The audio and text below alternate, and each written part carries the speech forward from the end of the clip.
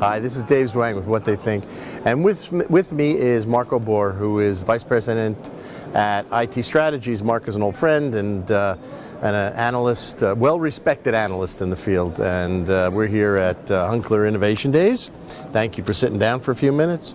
Marco, so give me some of your first thoughts about Hunkeler Innovation Days this year. What I love about Hunkeler Innovation Days is it's a gem of a little show. It really is. It's equal, it's overseeable, it's got focus, it's welcoming. I mean, what other trade show do you go to and you get a free cup of coffee? And good coffee at that. Right, exactly. So that's really good.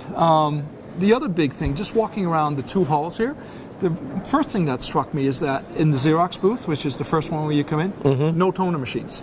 Right. It's like Xerox, no toner? Nope, strictly inkjet. Yeah. And so they were able to squeeze in, I think, 3 different devices. So that was, to me, noteworthy for a company that's been toner so long. Absolutely. The other big takeaway was that virtually every single inkjet press vendor, they're showing offset-like quality. Yeah. It is everywhere. That's what it's funny. I actually just wrote an article, and one of the things that I noticed, I looked at the 70,000, the Ricoh 70,000, and the ProStream, and screens machines, and you're looking at those things.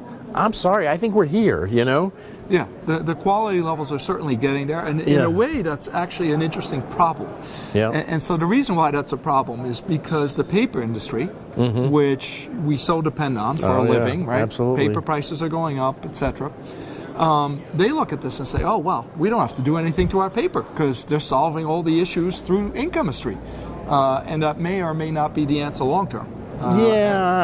Something, since everybody seems to be going that way, and I think that many of the printer manufacturers finally just threw their hands up and said, look, if we're going to stay in business, we're just going to have to take this on ourselves. And they did, and they have been, and each with their own kind of unique solutions. Right.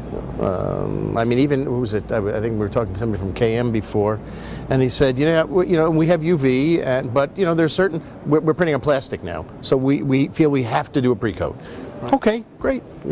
That's okay. So it's part of the game, right? No perfect answer, but we're getting the output that everybody wants. So, the other interesting takeaway to me is that if you look around, right, there's many companies that are actually relatively small and probably too small to buy the existing $1 million inkjets. Right. And so there was one concept which was shown before at Drupa, but I still think it's interesting, is the Riso T1. Yeah. The T1 is a really interesting product. Not available yet. No. But conceptually, at the price points that they're targeting, I think that could really fill a need in the market.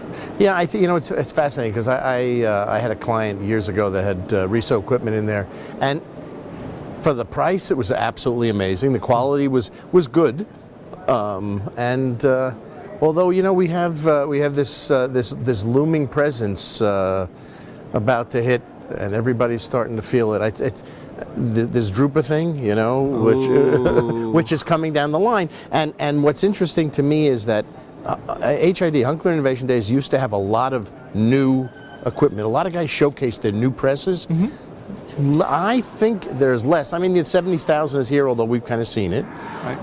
The ProStream is, updated, but we've seen it. Here's the reality of it. The product development cycles are getting longer, not shorter, because we're doing things that are technically significantly more complicated. So it's going to take more than 2 Drupa cycles, maybe 3 now? Well, yeah, for some products. So some of the most interesting innovations that I think we'll see at Drupa actually have been worked on since about 2011. Right. So the cycles are definitely getting longer. Yeah, but I think it bodes well for the industry. It's exciting as the offset quality comes up. As the quality of inkjet comes up to offset. Right. It changes the dynamics. It has the potential to significantly change the dynamics. So I'll give you one last comment. Sure. That is, the other big takeaway here is that, and it's been a theme because it's Hunkeler Innovation Days, but it's all about automation. Yeah. So how do I get better software to reduce the amount of ink that I put on my paper? How do I reduce my amount of labor and physical steps in the process? And so the more I can automate that, the better off I am. And I think that's where we're seeing a lot of the dollars going these days, is towards automation rather than buying big new wonderful inkjet presses. Absolutely, and I think and that's going to help solve a lot of the problems and save a lot of companies and the industry and give us some beautiful stuff to go forward with. Right. Marco, thank you, buddy. It's always good seeing you. Nice to see you.